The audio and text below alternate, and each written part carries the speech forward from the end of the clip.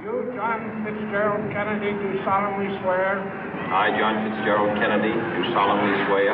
That you will faithfully execute the office of President of the United States. That I will faithfully execute the office of President of the United States. And will, to the best of your ability.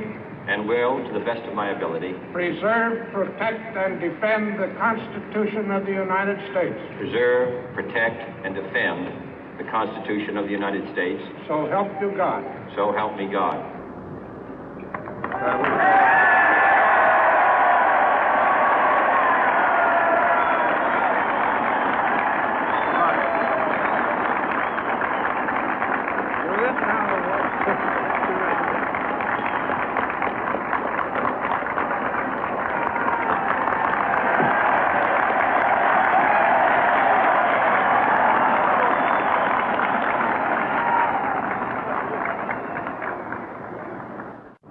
Vice President Johnson, Mr. Speaker, Mr. Chief Justice, President Eisenhower, Vice President Nixon, President Truman, Reverend clergy, fellow citizens. We observe today not a victory of party, but a celebration of freedom, symbolizing an end as well as a beginning, signifying renewal as well as change. For I have sworn before you and Almighty God the same solemn oath our forebears prescribed nearly a century and 3/4 ago. The world is very different now, for man holds in his mortal hands the power to abolish all forms of human poverty and all forms of human life. And yet the same revolutionary beliefs for which our forebears fought are still at issue around the globe. The belief that the rights of man come not from the generosity of the state, but from the hand of God. We dare not forget today that we are the heirs of that first revolution. Let the word go forth from this time and place to friend and foe alike that the torch has been passed to a new generation of Americans born in this century, tempered by war, disciplined by a hard and bitter peace, proud of our ancient heritage, and unwilling to witness or permit the slow undoing of those human rights to which this nation has always been committed and to which we are committed today at home and around the world.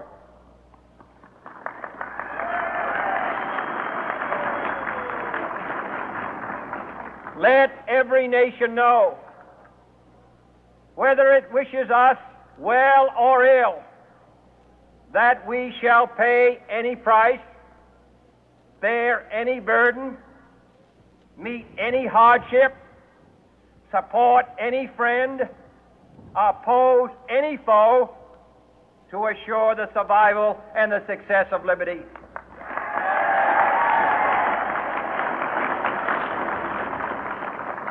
This much we pledge and more.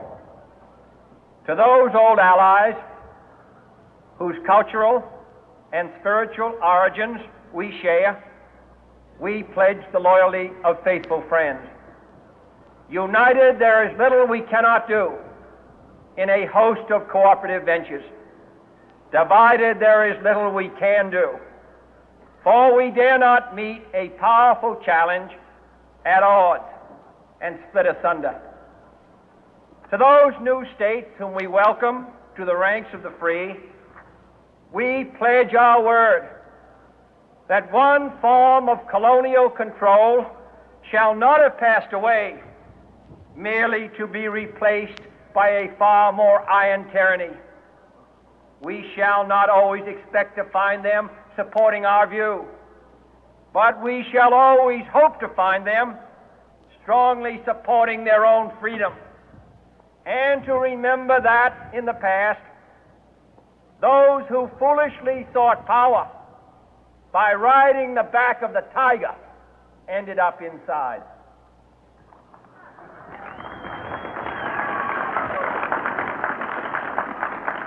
To those people in the huts and villages of half the globe struggling to break the bonds of mass misery, we pledge our best efforts to help them help themselves for whatever period is required, not because the communists may be doing it, not because we seek their votes, but because it is right.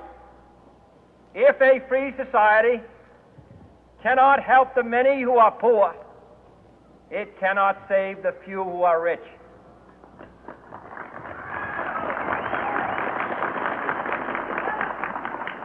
To our sister republics south of our border, we offer a special pledge to convert our good words into good deeds, in a new alliance for progress, to assist free men and free governments in casting off the chains of poverty.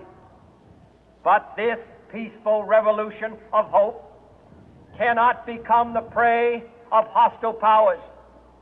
Let all our neighbors know that we shall join with them to oppose aggression or subversion anywhere in the Americas. And let every other power know that this hemisphere intends to remain the master of its own house.